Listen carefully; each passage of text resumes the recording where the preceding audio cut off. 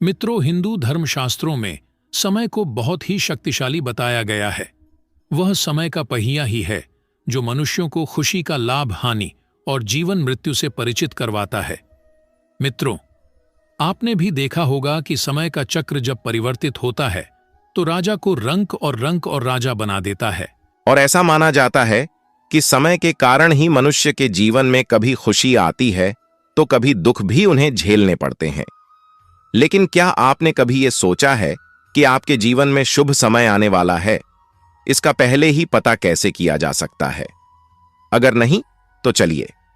आज की इस वीडियो में हम आपको उन्हें संकेतों के बारे में बताते हैं जिन्हें जानने के बाद आप भी अपने जीवन में होने वाले बदलाव का अंदाजा पहले ही लगा सकेंगे, जिसके बारे में भगवान श्री कृष्ण ने स्वयं नारद जी को बताया था। नमस्कार और स्वागत है आपका डिवाइस पर एक बार फिर। हिंदू धर्म ग्रंथों में वर्णित एक कथा के अनुसार जब नारद जी भगवान श्री कृष्ण से मिलने आए तो उन्होंने भगवान से पूछा, हे ना रहा है, कृपया कर यह बताइए कि कोई भी मनुष्य अपने जीवन में आने वाले शुभ समय के बारे में पहले से ही कैसे जान सकता है? तो भगवान कृष्ण ने उत्तर दिया है,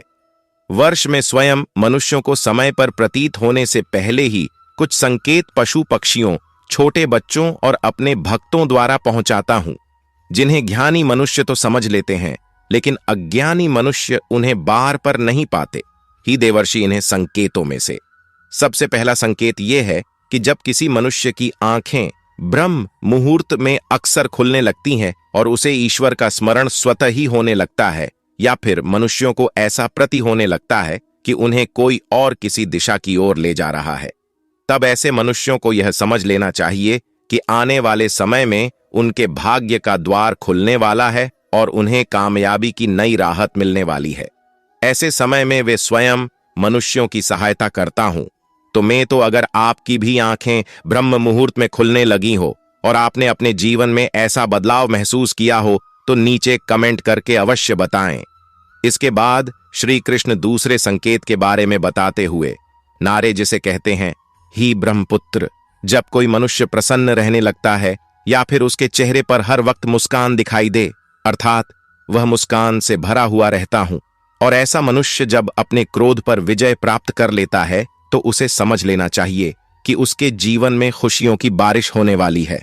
ऐसा मनुष्य जब किसी चीज के बारे में सोचता है तो उसे उम्मीद से भी ज्यादा मिलता है। मित्रों, आपने भी सुना होगा कि प्रसन्न चित्त मनुष्यों के मन में ईश्वर स्वयं वास करते हैं, और ऐसे में जब मनुष्य का मन प्रसन्न रहने लगे तो उसे समझ लेना चाहिए कि उसके जीवन में अच्छे समय का आगमन होने वाला है। इसके आगे भगवान के लिए तीसरे संकेत के बारे में बताते हैं कि जब किसी मनुष्य के द्वार पर गांव भारतीय गाय बार बार खाने को आए, या फिर बंदर उसके गए कि चीजें अपने आप उठाकर ले जाने लगे, या फिर उसके घर के प्रांगण में बिल्ली बच्चों को जन्म दे, या फिर पक्षी उसके घर में आकर अपना बसेरा बनाया और चहकने लगे, तभी मनुष्य को समझ जाना चाहिए कि आने वाला समय उसको पहले से और ज्यादा शक्तिशाली बनाने वाला है और वे अपने जीवन में नई नई ऊंचाइयां छूने वाला है। इसके बाद चौथे संकेत के बारे में बताते हुए भगवान कृष्ण कहते हैं, जो किसी मनुष्य के घर पर छोटे बच्चे बिना बुलाए बार बार आकर खेल लगे या फिर उन्हें देखकर बार बार मुस्कुराए, तो ऐसे में उस मनुष्य को भी समझ जाना चाहिए कि उनका आने वाला समय खुशियों से भरा होने वाला है और नए रिश्ते उनसे जुड़ने वाले हैं। मित्रों, आपने भी बड़े बुजुर्गों को यह कहते सुना होगा कि छोटे बच्चे ईश्वर का रूप होते हैं और वे हमेशा आपके लिए शुभ ही होते हैं। इसके बारे में आप स्वयं क्या सोचते हैं, यह भी नीचे कमेंट में लिखें।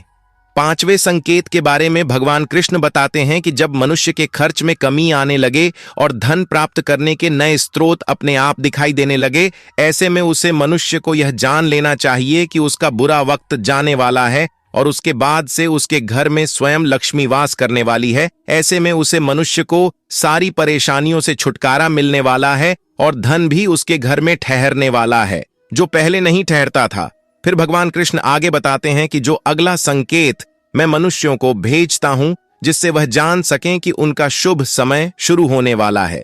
वह यह है कि जब भी कोई मनुष्य पूजा की थाली लिए हुए भगवान की आरती कर रहा हूं और उसे ऐसा प्रतीत हो कि उसे देखकर भगवान की मूर्ति मुस्कुरा रही है, या फिर बड़े दिनों के बाद उसके घर में अतिथियों का आगमन हुआ हो, तो उसे भी समझ जाना चाहिए कि उसका अच्छा समय शुरू होने वाला है। इसके अलावा जब किसी महिला का बयान और पुरुष का दाहिना आंख फड़कने लगे, तो भी उसे जान जाना चाहिए कि का शुभ समय आने वाला है। इसके बाद 7 संकेत के बारे में भगवान कृष्ण बताते हैं कि जब कोई मनुष्य सुबह सुबह किसी शुभ कार्य को करने के लिए घर से निकलता है और रास्ते में उसे अर्थात गाय माता के दर्शन हो जाएं, या फिर किसी साधु संतों द्वारा उसे आशीर्वाद मिल जाए, तो ऐसे में उसे मनुष्य को भी समझ जाना चाहिए कि वे जिस काम को करने के लिए घर से निकला है उसका काम अवश्य ही पूरा होगा और उस काम को सफल होने से कोई भी नहीं रोक सकता। अंत में भगवान कृष्ण बताते हैं, इन सब के अलावा जो किसी मनुष्य को संध्या के समय जल से भरा पात्र